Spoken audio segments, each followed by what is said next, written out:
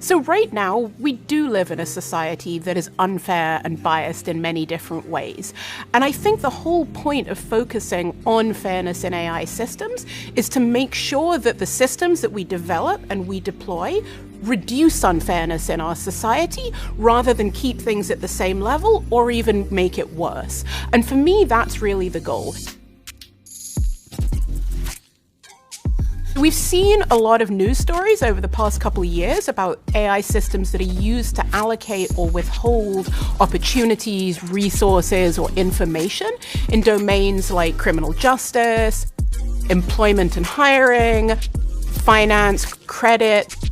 AI systems can reinforce existing societal stereotypes. Another example would be cultural denigration. We also have over and under representation.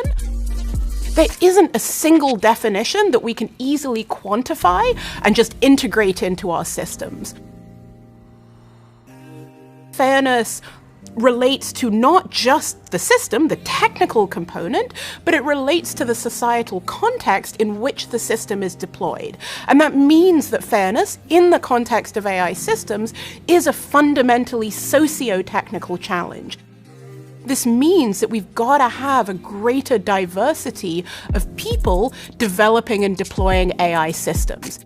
And what we see is that the assumptions and decisions made by teams at every stage of the AI development and deployment lifecycle can introduce biases.